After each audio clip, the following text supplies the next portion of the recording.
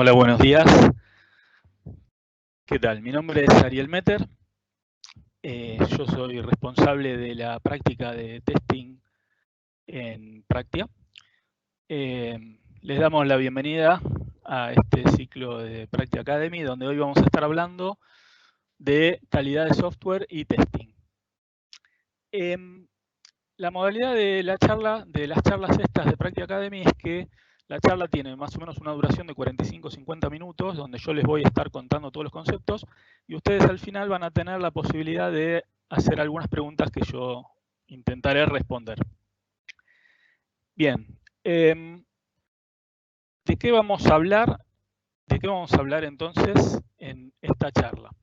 Vamos a estar repasando o conociendo los conceptos básicos de calidad de software. Vamos a ver cuáles son las principales actividades que se hacen para asegurar o controlar la calidad del software. Vamos a ver también una de ellas en particular, que es el testing funcional y por qué es importante.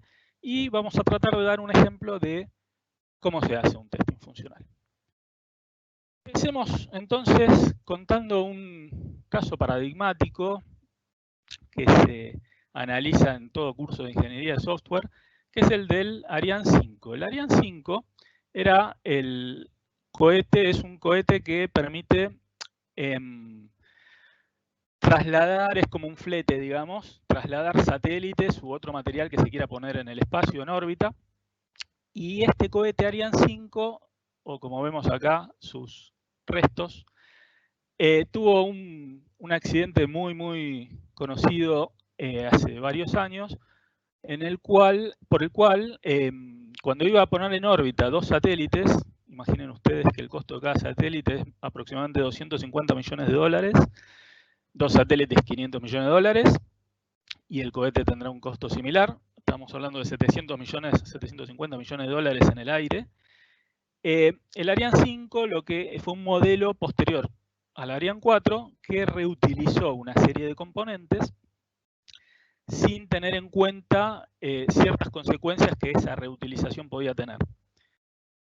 Evidentemente no se hicieron todos los controles o aseguramientos que debían haberse hecho, y lo que terminó sucediendo es lo que ven ustedes aquí en la pantalla.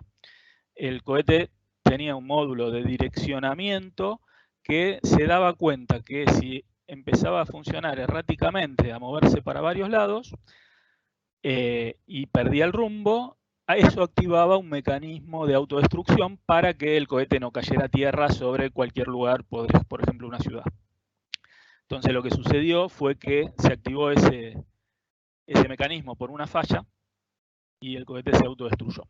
750 millones de dólares y mucho tiempo de esfuerzo tirado a la basura. Un caso más reciente fue el lamentable accidente que tuvo este avión, el Boeing 737 MAX 8, que en realidad tuvo dos accidentes. Y la empresa Boeing hizo toda una serie de estudios para tratar de entender qué es lo que había pasado, y concluyeron que los accidentes estos se debieron a fallas en el software. Había un problema en la activación del piloto automático y en la desactivación que confundían a la computadora, haciendo que el piloto automático tirara la nariz del avión hacia abajo. Entonces, en determinada circunstancia muy particular. Eso no le llegaba a dar tiempo al piloto para retomar el control, y eso ocasionó dos aviones de este mismo modelo estrellados, con la consiguiente pérdida de vida de los pasajeros. Y otro ejemplo de fallas en el software que pueden tener consecuencias negativas, pero quizás en este caso no tan terribles, fue un problema que tuvo Amazon, en particular la Amazon de Inglaterra, en el año 2014, si no me equivoco, donde por un error en el software quedaron cientos de artículos a un precio muy barato, según lo que dice ahí, 15 centavos de dólar. De hecho, por ejemplo, un cliente, como menciona la noticia, pidió 50 celulares, cada uno por un centavo. Así que imagínense la cantidad de plata perdida por los vendedores y evidentemente reembolsada por Amazon en toda esta operación. ahí dice millones de usuarios felices, me parece un poco exagerado el titular, pero seguro fue muchísimo dinero. Con lo cual, ¿para qué les muestro esto? Para poder ilustrar la idea de que las fallas en el software pueden tener diversos niveles y distintas consecuencias. Pueden ser consecuencias materiales, consecuencias en vidas, consecuencias económicas, o directamente quizás en tiempo perdido. Uno va a un banco o uno va a hacer un trámite a algún lugar y el sistema está caído por un error o una falla. Y bueno, uno perdió tiempo, tiene que volver en otro momento, y además la organización esa también pierde un montón de productividad. Entonces las fallas en el software tienen consecuencias. ¿Cómo podemos tratar de abordarlas o de minimizarlas o de evitarlas o intentar evitarlas? Bueno, para eso hay toda una serie de actividades, pero el primer paso para eso es que nos pongamos de acuerdo en a qué llamamos calidad. ¿A qué llamamos calidad de software? Si yo les preguntara a cada uno de ustedes qué es calidad para ustedes seguramente cada uno me diría una respuesta distinta. Porque la calidad es un concepto muy subjetivo. Para cada uno representa algo diferente. Algunos me dirán, si yo les digo, ¿qué piensan cuando piensan un producto de calidad? Algunos me van a decir, un iPhone. Otros me van a decir, no, un Samsung. Otros me van a decir una Ferrari y otros me podrán decir otra cosa. Pero son todos, cada uno tiene algún concepto o algún criterio por el cual ese producto le parece de buena o de alta calidad. Entonces vamos a tratar de uniformizar esa definición. Hay muchas definiciones realmente dando vueltas sobre qué es calidad y particularmente de calidad en el software, pero todas ellas giran alrededor de estos tres conceptos que yo resumí acá. Uno es que el producto o el software o la aplicación o el sistema, como lo querramos llamar, cumpla una serie de requerimientos que originalmente alguien enumeró y formuló. Esa persona, ese alguien, lo llamamos el usuario del negocio, por ejemplo, que es la persona que dice, bueno, yo quiero este producto o quiero este software que tiene que poder hacer esta y esta cosa. Toda la lista de los requerimientos funcionales que tiene que tener esa aplicación.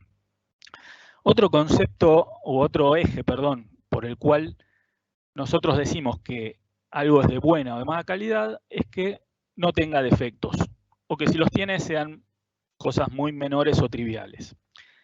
Y un tercer eje para esto es que cumpla las expectativas, es decir, si yo formulé, por ejemplo, los requerimientos de que quiero un teléfono construido de determinada manera, que haga determinadas cosas, que me permita hacer llamadas, que me permita agendar contactos, que me permita navegar por internet. Cuando a mí me den este aparato terminado, recién construido, este aparato tiene que cumplir o satisfacer las expectativas que yo tenía, más allá de que funcione o no. Me pueden dar un ladrillo que permita hacer llamadas y que eventualmente me permita navegar o agendar contactos, pero sin embargo no va a satisfacerme porque yo no quiero llevar un ladrillo en mi bolsillo, ¿verdad? Entonces decimos que alrededor de estos tres ejes es donde gira el concepto de calidad de software. Si se cumplen estas tres cosas, podríamos decir que un producto tiene buena calidad o muy buena calidad.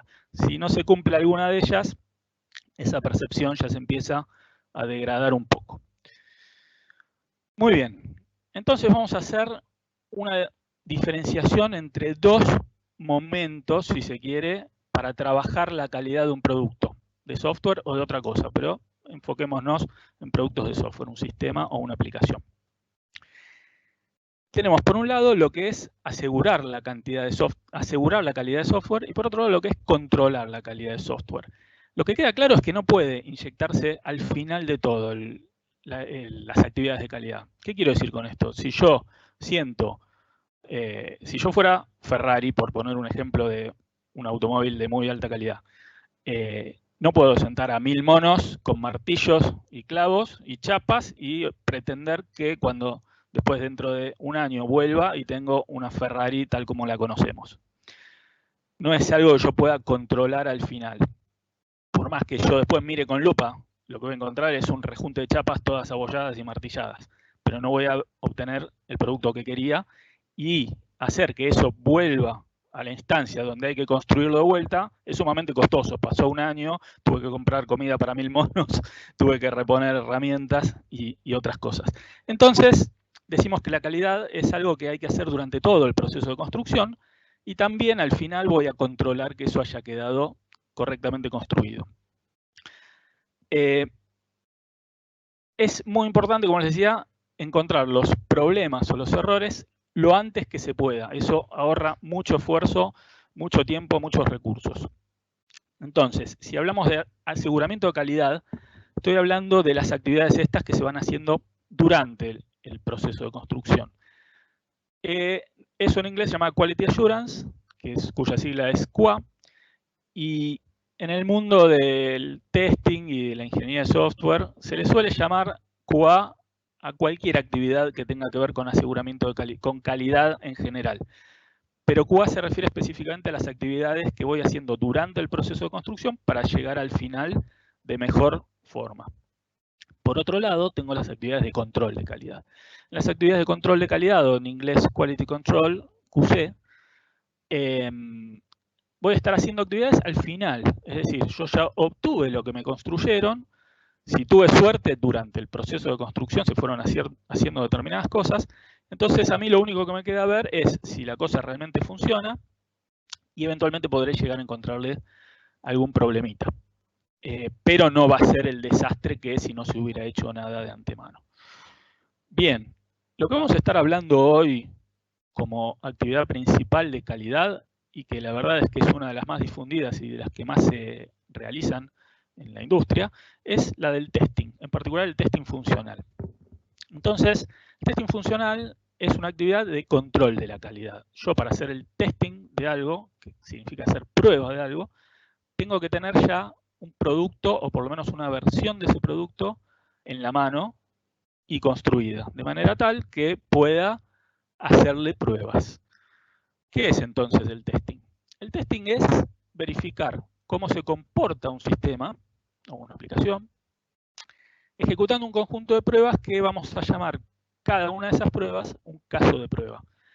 Tenemos que pensar un caso de prueba como una idea. Por ejemplo, bueno, voy a querer probar este teléfono. ¿Qué voy a querer probar del teléfono? Voy a querer probar que si digito una serie de números en el teclado correspondientes a un número telefónico existente, al pulsar la tecla verde de llamar, eso va a producir una llamada y me va a generar una comunicación. Por otro lado, voy a querer probar otras situaciones. Por ejemplo, si yo estoy haciendo una llamada, ¿qué pasa si ingresa otra llamada en ese momento? Y ahí voy a poder probar a su vez más cosas. Cortar y atender la nueva llamada, o poner en espera y atender la llamada que ingresó. Cada una de esas cosas son pruebas distintas y cada una de esas las vamos a llamar un caso de prueba. ¿Por qué la vamos a llamar un caso de prueba y no una prueba? Un poquito más adelante vamos a ver qué particularidades tiene un caso de prueba. Muy bien. Cada caso de prueba tiene un resultado esperado.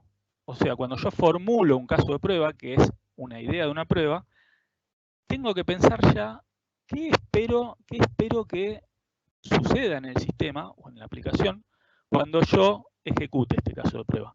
Debería tenerlo contemplado de antemano para saber cuando yo ejecute ese caso, si realmente estoy obteniendo lo que esperaba obtener o no. Muchas veces es muy simple decir o pensar qué es lo que yo espero obtener, como por ejemplo el caso que yo les decía, quiero digitar una serie de números y marcar, bueno, el resultado esperado de esto es que yo pueda establecer la comunicación. Pero en otros casos los resultados esperados son muchísimo más complejos. Por ejemplo, si yo voy a dar de alta una cuenta bancaria para una persona, se espera que sucedan un montón de cosas realmente, que yo podría resumir quizás, bueno, se dio de alta finalmente la cuenta para esta persona, pero atrás van a pasar un montón de cosas más que yo necesito saber que están sucediendo y que debería tener en cuenta como resultado esperado de ese caso de prueba.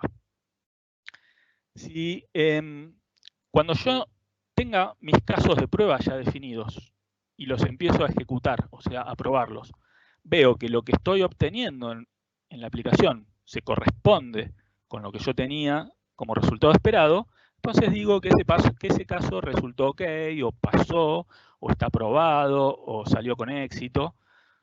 Cualquier criterio que me permita saber que ese caso está bien, marquita. Por el contrario, si yo encuentro diferencias entre el resultado que obtuve en el sistema versus lo que yo tenía como resultado esperado para esa prueba, digo que encontré una falla. Una falla se ocasiona debido a que en la programación hay algún defecto. Puede ser en la programación o puede ser anteriormente cuando alguien documentó o hizo un documento pidiéndole a los programadores qué era lo que tenían que desarrollar. Pero en algún punto hubo un defecto que originó la falla que yo estoy encontrando ahora. Vamos a ver entonces ahora distintas instancias de pruebas que se realizan. Todas ellas utilizan casos de prueba, pero son como distintos momentos y realizados por distintas personas, normalmente en el proceso de construcción de una aplicación. Llamamos a esto niveles de prueba o niveles de test. El primero que se realiza debería realizarlo el desarrollador. El desarrollador es la persona que está construyendo este software, en donde se pone a programar utilizando un lenguaje de programación y programa distintos pedacitos, funciones, métodos, clases, que luego se van ensamblando en un componente, ¿sí? El programador, cuando hace alguno de estos pedacitos, tiene que ir haciendo pruebitas de las cosas que fue desarrollando, que llamamos pruebas unitarias. Esto es una prueba bastante acotada a que lo que yo acabo de programar realmente está funcionando. Un siguiente nivel de prueba es pruebas de integración. En realidad, acá me estoy salteando la prueba del componente completo. En la prueba del componente completo, que podría ser cualquiera de estos bloques, yo voy a formular una serie de pruebas, típicamente unas pruebas funcionales, o sea, probar cómo funciona ese conjunto de funcionalidades que estoy recibiendo y ver que están andando correctamente, formulando casos de prueba como les conté antes. En la prueba de integración lo que yo hago es probar cómo funcionan en conjunto dos o más componentes de estos que ya fuimos viendo que funcionan. Entonces yo puedo haber hecho pruebas para este componente, puedo haber hecho pruebas para este componente, y eso no significa que cuando yo los ponga a andar en conjunto, eso realmente funcione bien. Pueden aparecer nuevos problemas al conectar estos componentes. Entonces tengo que formular pruebas específicas para ver que no haya problemas ahí o si los hay, detectarlos. Por último, cuando yo ya tengo todos esos componentes ensamblados como el sistema, como el gran producto que estoy por liberar, quiero realizar una prueba completa ejercitando todas las funcionalidades que tiene ese producto, ¿sí?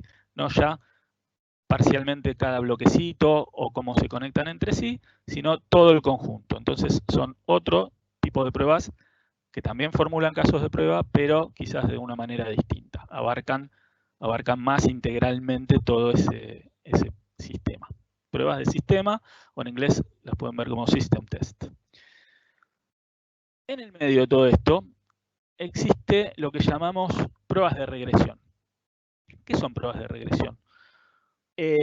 Decimos primero que un sistema tiene regresión cuando una de las partes que yo probé, vamos a recapitular un poco. Yo voy haciendo pruebas y voy informando al desarrollador, mira, encontré este problema, encontré este problema, encontré este problema, y todo esto otro funciona bien. El desarrollador me va a devolver una nueva versión con correcciones, en donde los problemas que yo le informé vuelven corregidos. Entonces, ¿qué tengo que hacer ahí? Asegurarme de que están corregidos. No puedo decir, bueno, listo, mandemos esto a funcionar. Porque si hago eso, esas correcciones podrían no estar bien hechas y yo, como alguien de calidad o un tester, o una persona que trabaja en esto, tengo que asegurarme realmente de que quedaron bien corregidas. O sea, tengo que volver a probar eso. Suele suceder que cuando el desarrollador corrige el error que yo le reporté, inadvertidamente rompe alguna otra parte que ya estaba funcionando y que quizás yo ya probé y dije que esto está funcionando ok. Cuando sucede eso decimos que el sistema tiene una regresión, que es como que vuelve a un estado más inmaduro en su calidad, ¿sí? Tiene como una regresión. Entonces yo necesito formular pruebas de regresión específicas para ver que, independientemente de que las correcciones que me están pasando están corregidas, de que nuevas funciones que me están pasando en esta nueva versión funcionan como corresponde, las anteriores sigan andando bien sin que se haya roto nada, ¿sí? Eso es una prueba de regresión. Y acá exageradamente el desarrollador dice, por cambiar un par de líneas de código no va a pasar nada. Esto es claramente un mito y es muy probable que sí pase. Bien, una de las últimas etapas que tenemos en el proceso de construcción o de calidad del software serían las pruebas de aceptación del usuario, o por su forma de llamarlo en inglés, User Acceptance Test, UAT, que es como todo el mundo lo conoce en la jerga. Las UAT son pruebas que se hacen para que el usuario del producto, o sea, la persona que estuvo formulando los requerimientos, si se acuerdan la listita de cosas, de pedidos y requisitos o requerimientos de qué es lo que tiene que hacer el software, que ese usuario pueda comprobar que lo que está recibiendo efectivamente era lo que pidió y que satisface sus expectativas. Cuando eso sucede, el usuario brinda su conformidad. Antiguamente, y en los grandes sistemas, viene el usuario y firma un documento. Hoy en día es, mandame un mail diciendo que estás ok con esto, y el usuario mandará su ok. Y una vez que eso está ok, ese producto ya fue como cerrado, digamos, y se puede pasar al funcionamiento real, lo que en sistemas se llama pasarlo a producción. Es como una prueba de sistema parecida a la prueba anterior que les conté antes, pero la diferencia es que acá debería hacerla el usuario para constatar él mismo, ya que él es quien tiene que firmar su conformidad, para asegurarse de que efectivamente tiene todo lo que necesitaba.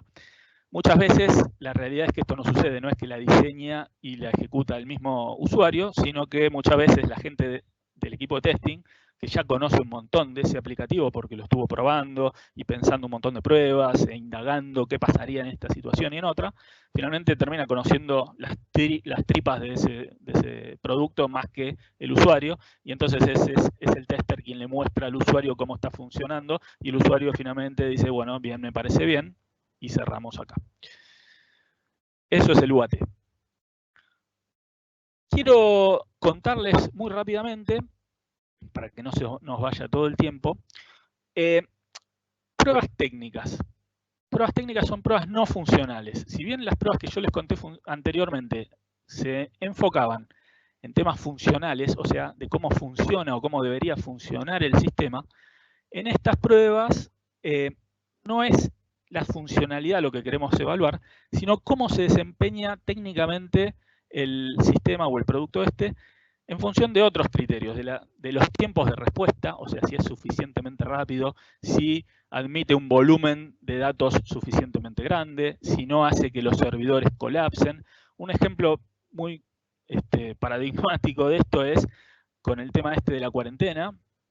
Todo el mundo empezó a consumir más por internet, a hacer compras de supermercado por internet, en las páginas de los supermercados. ¿Qué pasó? Por lo menos aquí en Argentina, las páginas de los supermercados en general colapsaron. ¿Por qué? Porque no estaban previstas, no estaban preparadas para absorber una operatoria donde hay, no sé, miles de personas intentando hacer compras simultáneamente, que es algo que debería haberse previsto de antemano.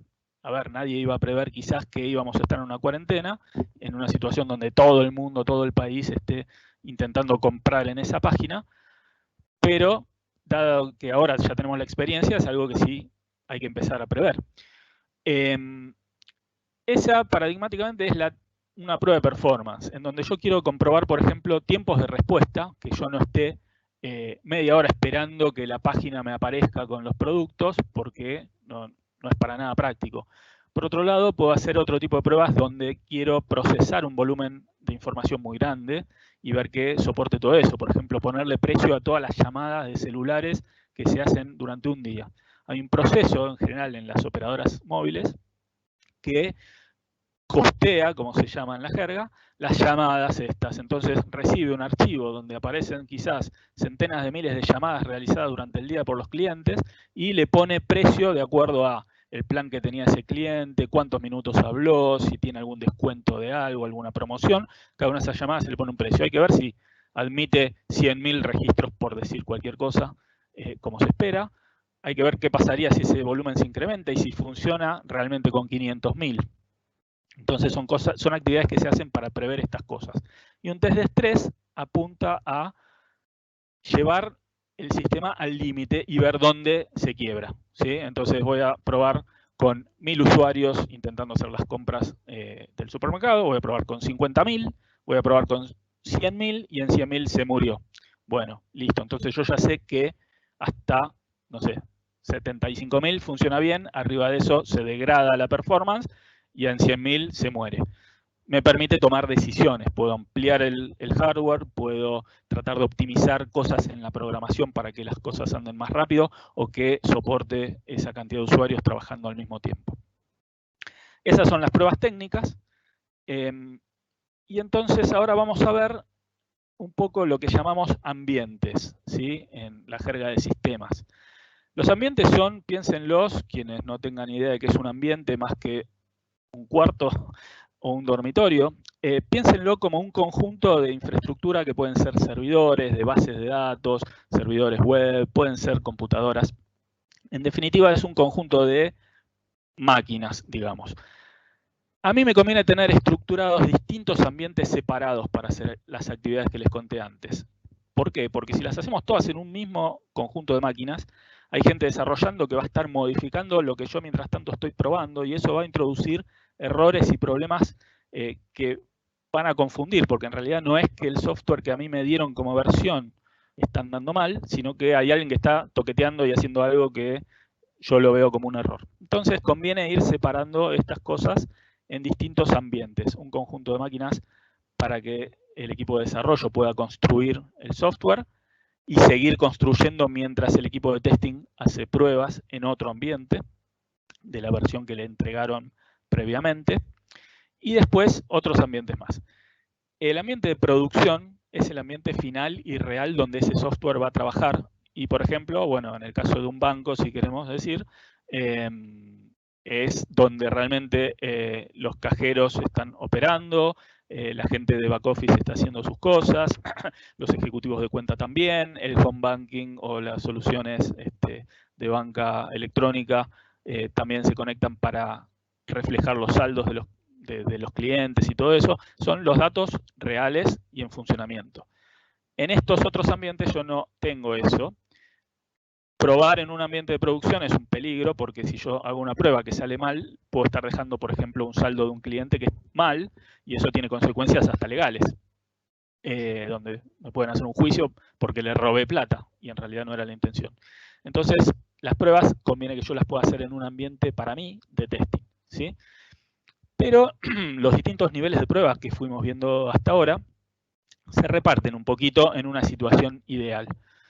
Desarrollo hace sus pruebas unitarias de lo que estuvo programando en su propio ambiente.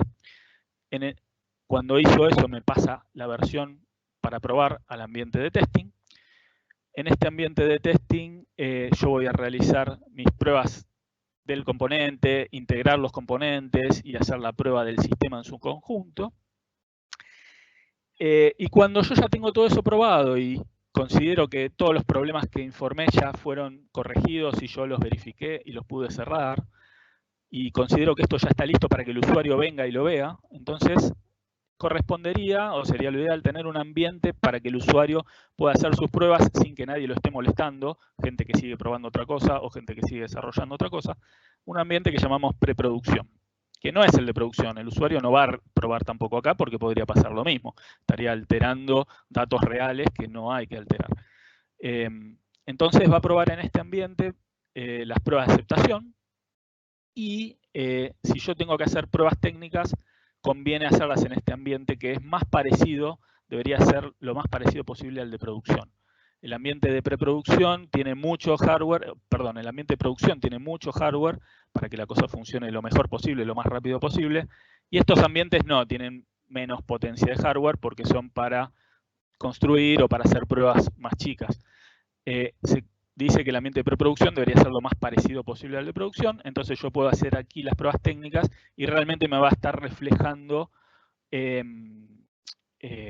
cuán real es el desempeño o sea, cuán bueno o no es el desempeño en un contexto lo más real posible, con hardware bastante parecido a cómo va a terminar siendo en la realidad. Muy bien. Volvamos entonces a los casos de prueba, así ya nos vamos acercando a algún ejemplito que quiero mostrarles. Los casos de prueba habíamos dicho que eran como ideas de prueba, y yo las ideas de prueba las puedo enfocar de dos maneras. Puedo pensar en pruebas positivas, como las llamamos, en donde voy a hacer lo que se espera típicamente que el sistema haga y lo que el usuario va a hacer normalmente en el 80% de las veces. Eso es una prueba positiva, o un caso de prueba positivo.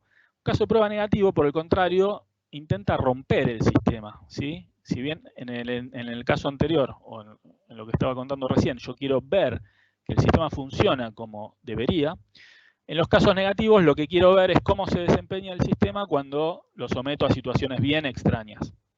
Entonces, voy a intentar romperlo de todas las maneras posibles, con todas las ideas locas que se me crucen. Obviamente, cuando uno va desarrollando experiencia en la tarea, ya va viendo algunas cosas y va adquiriendo experiencia en qué pruebas negativas conviene incluir, o se va dando cuenta más fácilmente, pero es, digamos, un enfoque para tratar de romper el sistema. Ese es un caso negativo. ¿Por qué es importante documentar los casos de prueba? ¿Y a qué me refiero con documentar?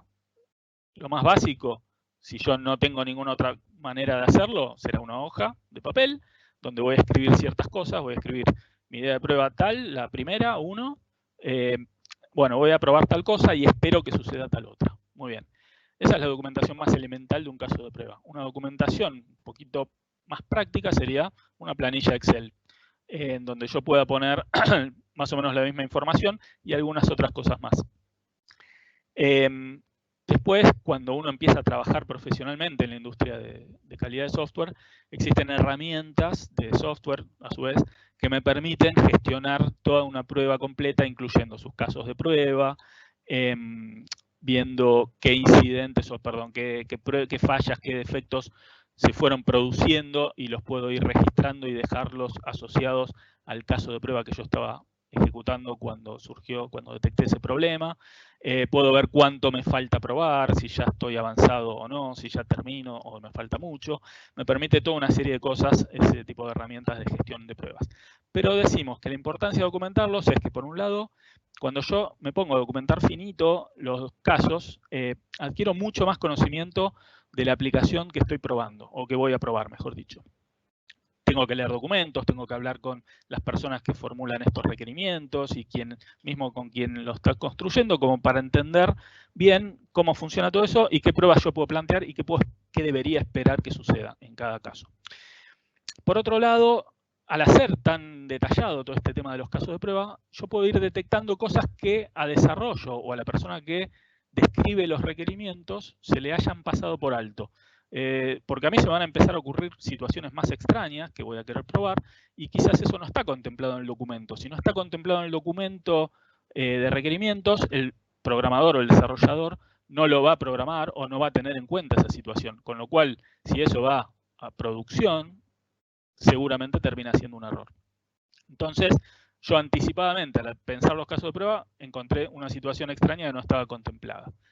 Y ganamos un montón de tiempo y de consecuencias malas que podría tener si eso se descubre en producción. Por otro lado, me permite tener un control de todas las cosas que tengo que probar y no olvidarme de ninguna. Y también me permite, si yo tengo que probar algo bastante rápido y necesito paralelizar el trabajo con otras personas de un equipo de testing, bueno, distribuirnos entre nosotros qué pruebas va a hacer cada uno, o sea, qué casos de prueba va a ejecutar cada uno, de manera de que cada uno sepa lo que tiene que hacer, poder avanzar en paralelo y que no nos quede nada sin cubrir. Muy bien, ya hablamos bastante de los casos de prueba, no dijimos mucho qué contiene un caso de prueba, pero vamos a ese punto ahora. Esto que vemos acá es como una apreciación personal, en donde para mí un caso de prueba, lo más importante que uno tiene que pensar al principio es qué prueba quiero hacer y qué espero como resultado cuando ejecute esa prueba. Realmente la gente que nunca diseñó un caso de prueba, le cuesta mucho pensar esta parte.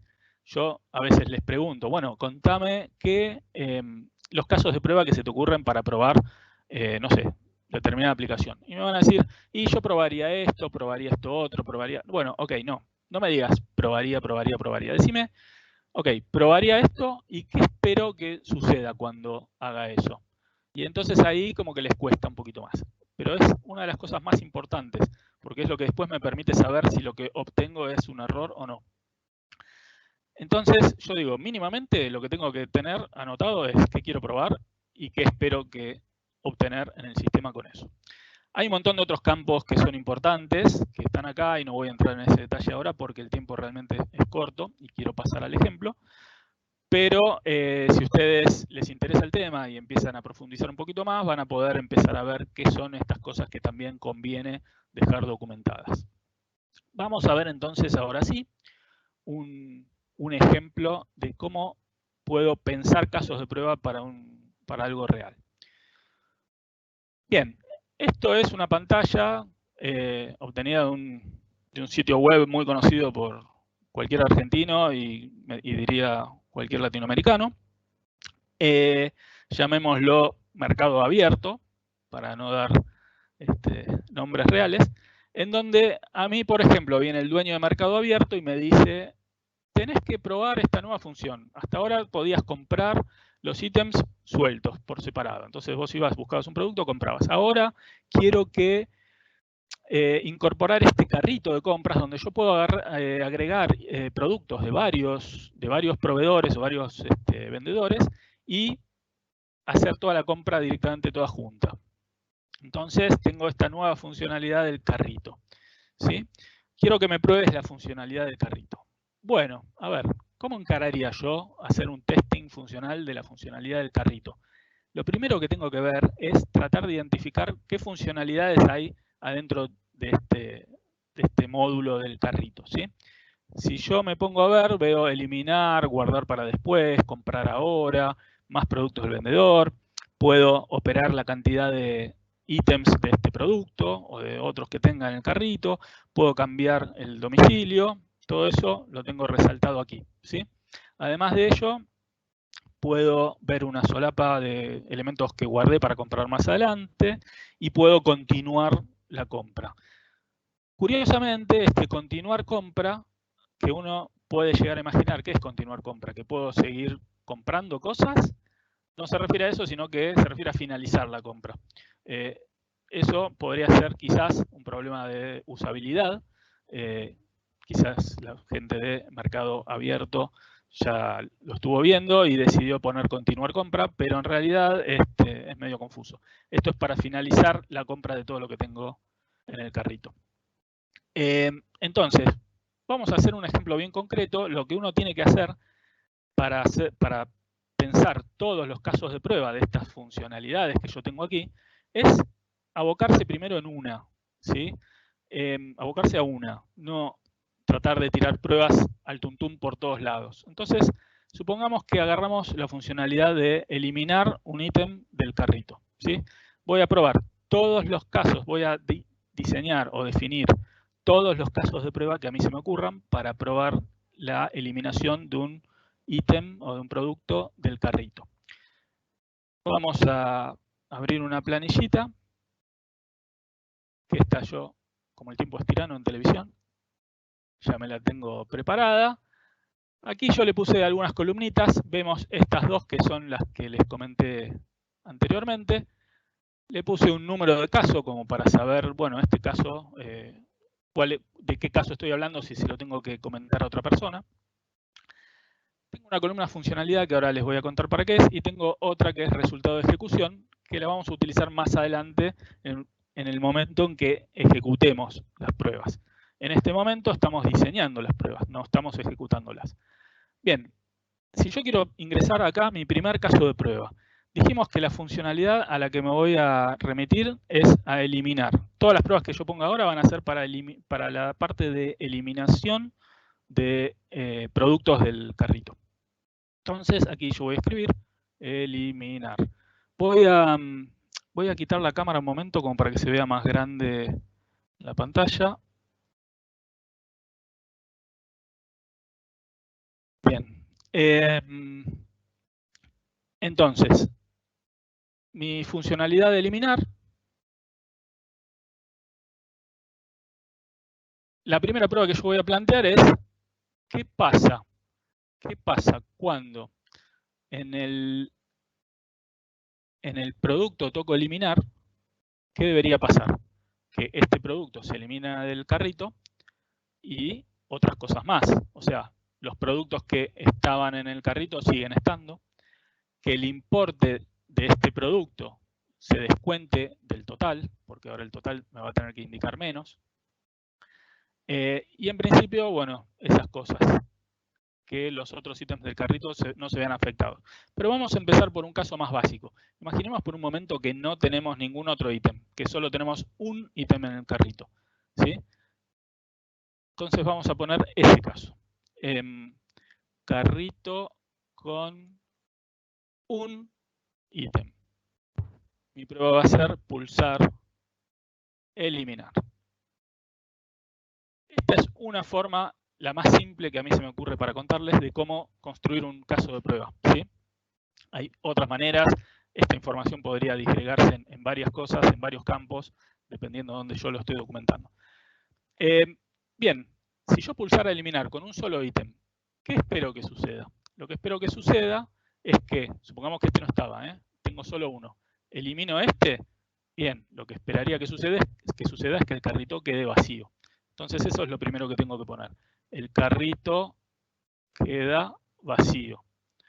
Es lo que quiero después, cuando ejecute el caso, comprobar que suceda. Carrito queda vacío. ¿Qué otra cosa va a pasar? Dijimos que el importe total, ya no tiene que contabilizar esto, y esto era lo único que había, o sea, el importe total me debería quedar en 0.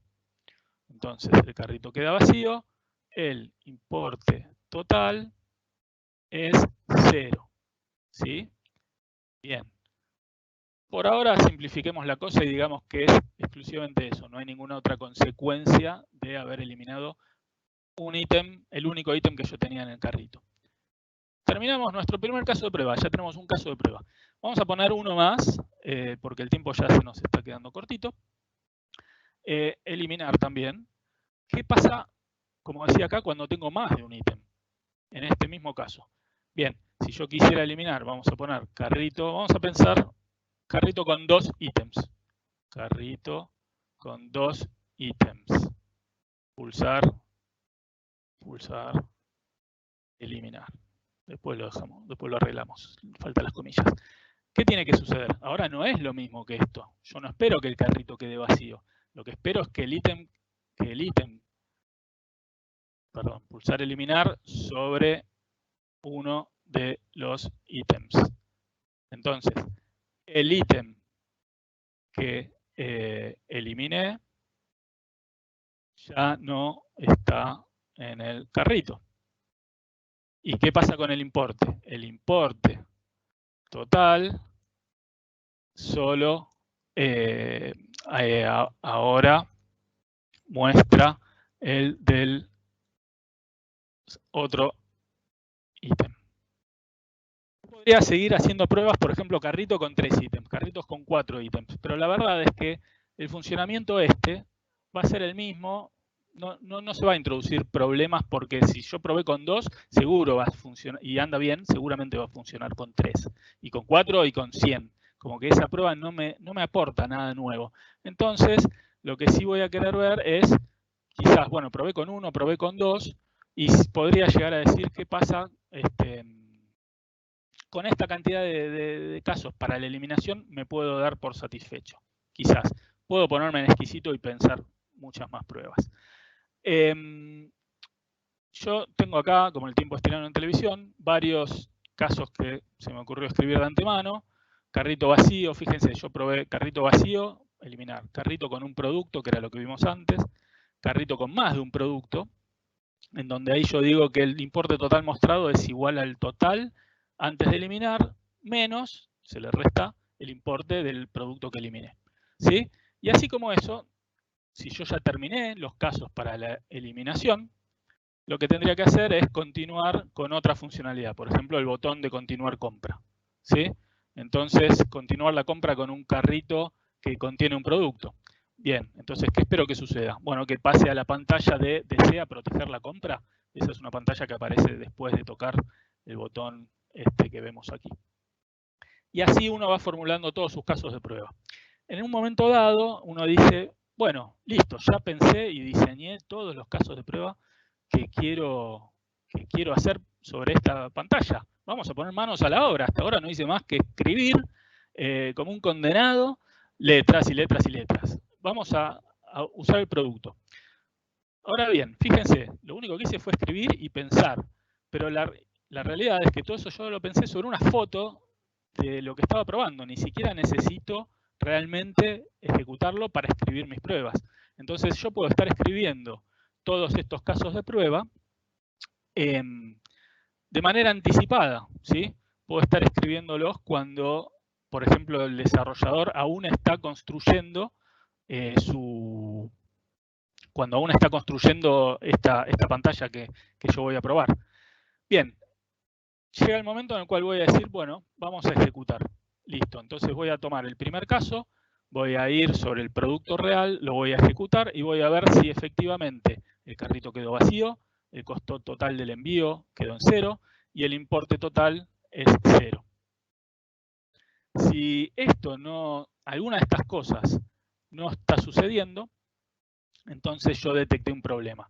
Si las tres cosas sucedieron, el carrito vacío, el costo quedó en 0, el importe total, el costo de envío en 0 y el importe total es 0, yo acá voy a anotar, ok, estas cosas me las puse yo. Puedes decir ok, puedes decir bien, puedes decir pasó, aprobado, éxito, lo que quieras. Entonces le puse ok, listo. ¿Este otro anduvo bien? Sí, anduvo bien, porque lo probé y me dio bien. ¿Este anduvo bien? No, este falló, porque no me da ningún... No, bueno, digamos, este no era un caso paradigmático, vamos a ponerle OK, pero vamos a ver a otro, por ejemplo. Carrito de un producto, toco continuar compra y resulta que no pasa la pantalla esta. Yo anoté esto acá porque debería suceder esto, pero no sucede esto, encontré un error. A este le voy a poner error, voy a escribir cuál es el error, al pulsar continuar, da determinada falla X, no sé, lo que sea. Y esto yo se lo tengo que enviar de algún modo o hacer llegar de alguna manera al desarrollador para que corrija ese problema. Cuando el desarrollador corrija el problema, me diga listo, ya está corregido, podés volver a probar, en tu ambiente de testing ya tenés la versión corregida, entonces yo voy a volver a probar esto. Y si ahora funciona bien, diré, listo, mira qué bien, funciona. Ahora da OK. ¿Qué pasa? ¿Me puedo contentar con eso? Como dijimos antes, cuando el desarrollador corrige un problema, puede ser que rompa sin querer o que se le haya escapado un problema en algo que yo ya había probado y que estaba OK. Entonces, no me alcanza a comprobar esto solo y ver que esto solo está OK. Tendría que volver a probar todas, o por lo menos algunas, las más importantes de estas pruebas que también ya me habían funcionado bien, para hacer una prueba de regresión, que habíamos dicho antes. Entonces vuelvo a probar me dio OK, fantástico, me dio OK, y de repente me encuentro que no, falló, me dio un error. Durante la prueba de regresión, o sea, probé, verifiqué la corrección que me habían dado, que está bien, pero en la prueba de regresión saltó este error que antes funcionaba, pero ahora ya no. Bueno, se lo informo nuevamente al desarrollador y aquí el desarrollador lo va a tener que corregir, devolverme la corrección y yo volver a probar que esto siga andando bien y que esto sí haya sido efectivamente corregido. ¿Sí? Bien, esto fue un panorama de lo que es el testing funcional. Nos quedan algunos minutos todavía como para preguntas. Espero que se haya entendido. La verdad es que el tiempo es muy poco para este tipo de charlas, donde hay mucho contenido para dar. Dejé muchas cosas afuera, pero bueno, espero que se haya comprendido.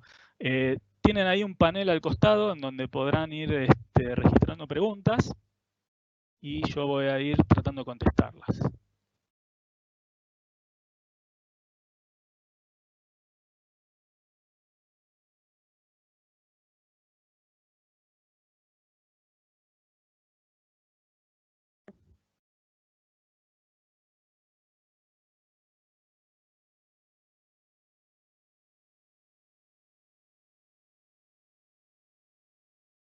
Vamos a dejar un par de minutos más, a ver si alguien tiene alguna duda que yo les pueda contestar. Mientras tanto les voy comentando si les interesa profundizar en el tema, por favor escríbanme. Ah, aquí tengo una pregunta, me están diciendo, que no había llegado a ver. Perdón. Hola Ariel, ¿notas que en los equipos de QA Testing resuena el concepto de User Experience o todavía no se ha asimilado demasiado? Bien, qué buena pregunta. Concepto de User Experience es algo que, en lo que yo, es un derivado de lo que llamamos usabilidad, o una cosa más amplia que abarca la usabilidad y las pruebas de usabilidad, que yo venía trabajando desde hace mucho tiempo, cuando el tema todavía estaba recién incipiente y no era algo que se tuviera en cuenta realmente mucho, sobre todo en países de Latinoamérica. En Estados Unidos y Europa ya se estaba trabajando mucho en la experiencia del usuario, que los sitios web fueran bien usables, Amazon, por ejemplo, eBay. Y en Latinoamérica no había tanta inversión en ese tema porque lo más importante era hacer que el software funcionara bien, si acaso se invertía en testing. Pero hoy en día la gente ya tiene mucho más incorporado. Todos nosotros tenemos el tema de experiencia de usuario incorporado casi a nuestro quehacer diario, desde el mismo momento que estamos con un celular una buena cantidad de horas al día, donde la aplicación que más nos gusta es la que nos permite hacer las cosas de manera más agradable, más fácil y con mejor experiencia. Y si no me gustó esa, me voy al icono que tengo al lado y uso esa otra. Entonces ya todos tenemos mucho más exigencias respecto a la experiencia de usuario, y los testers obviamente son también usuarios de eso y tienen esos conceptos como ya más presentes. Y por otro lado, en las organizaciones donde nos encargamos de trabajar con temas de calidad y testing, tratamos a su vez de enfatizarlo en los testers, como para que incorporen esas nociones y puedan estar mirando no solamente si funciona bien, sino si además cumple con ciertas cuestiones de experiencia de usuario. Tenía otras preguntas, perdón, pero no me estaban apareciendo las preguntas, ahora me aparecieron. ¿Puedes dar más detalles sobre lo que se denomina pruebas de regresión? Bien, las pruebas de regresión, si no fui muy claro antes, era volver a probar partes que yo ya probé en algún momento para ver que no se hayan roto. Quizás no las probé, pero eran partes que están funcionando del sistema. Y puede ser que por un cambio esas partes dejen de funcionar. Tengo que asegurarme de que nada haya dejado de andar cuando meto un cambio en el software. Para eso se hace una prueba de regresión. ¿Qué hacemos mientras mandamos a solucionar el defecto encontrado? ¿Podemos seguir? Sí, podemos seguir o debemos esperar. No, normalmente depende de un factor crítico que es la criticidad del problema que yo encontré. Si el problema que yo encontré me frena la prueba, entonces lo que tengo que hacer es esperar, no me queda alternativa, y el desarrollador tiene que corregir inmediatamente el problema para que yo y el equipo con el que trabajo podamos continuar, si no, no podemos avanzar y queda frenado la prueba, el testing. Entonces, se clasifica, que yo no lo comenté, pero los errores que yo le voy pasando al desarrollador le pongo una criticidad en donde le digo esto es crítico o es bloqueante, esto es de criticidad alta, esto es de criticidad baja, quizás falta un tilde en una palabra. Nadie se va a morir por eso, no es tan grave, corregilo después, pero las cosas más graves, corregímelas primero, así yo puedo avanzar. Sino que debe surgir los requerimientos funcionales. Bien. Debe surgir los requerimientos funcionales. Sí, en general, todas las pruebas que yo hago si yo tengo un documento de requerimientos funcionales, mis pruebas las tengo que basar en todos esos requerimientos y asegurarme que todos ellos se estén cumpliendo efectivamente, para saber que el software funciona como se pidió que funcione. ¿Alguna otra pregunta? A ver, ¿qué herramientas recomiendo para la documentación de los casos de prueba? Bueno, aquí hay una gran variedad de herramientas. La más conocida, gratuita, es una que se llama TestLink, que lamentablemente, como muchas de las cosas gratuitas, tiene un tema de usabilidad en el sentido de que no es fácil de utilizar, es un poco compleja, pero es una herramienta que tiene todas las funciones que uno esperaría en una herramienta de gestión de pruebas. La herramienta más básica, si uno va a hacer una prueba para uno mismo, para un desarrollo que está haciendo para un ejercicio, un trabajo práctico de la facultad o de la universidad, o un desarrollador que está trabajando solo y quiere probar algo de manera ordenada, hacer esto que les mostré acá. Se arman una planilla en donde ponen estas columnas y algunas más, y con eso ya les alcanza por lo menos como una primera actividad. Se sorprenderían la cantidad de empresas medianas y algunas grandes que todavía trabajan probando cosas con planillas y no con herramientas un poco más sofisticadas, documentando pruebas ahí. Otras herramientas comerciales conocidas son, por ejemplo, la suite que se llama ALM, que tiene Quality Center, en donde puedo documentar los casos de prueba, reportar los defectos que encuentro también. Y después hay una herramienta muy conocida que se llama Jira, que no es exclusivamente para testing, sino más bien para atender tickets de todo tipo de cosas y se utiliza mucho por los equipos de desarrollo.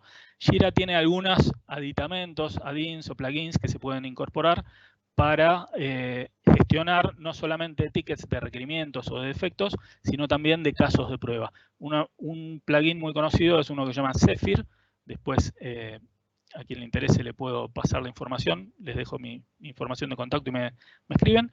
Zephyr es uno de ellos, X-Ray es otro, y hay algunos cuantos más, pero esos dos son los más conocidos. Y otra herramienta muy conocida es TestRail. La verdad es que yo no quiero proponer ninguna porque yo utilizo la que el cliente tenga.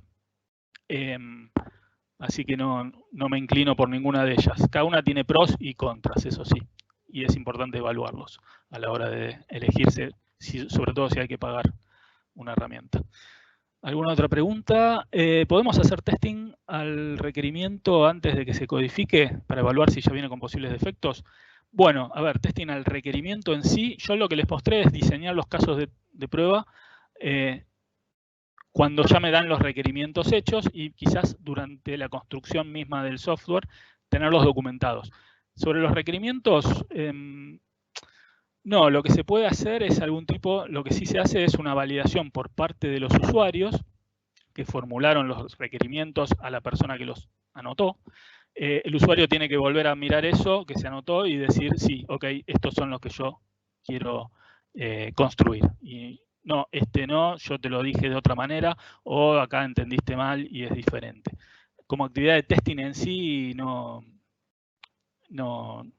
se me ocurre alguna para testear los requerimientos. No es algo habitual. Bueno, ya estamos en horario, son las 13. Yo les agradezco mucho por haber estado participando de esta actividad. Aquí están mis datos de contacto. Si alguno quiere escribirme por correo o contactarme por Twitter o LinkedIn, puede hacerlo. Les puedo incluso mandar esta planillita que hicimos de ejemplo con la foto, como para que puedan terminar ustedes el ejercicio. Así que bueno, quedo a disposición. Muchísimas gracias por estar ahí todavía. Somos 20 personas, hay 20 personas escuchando, lo cual me alegra. Así que muchas gracias. Adiós.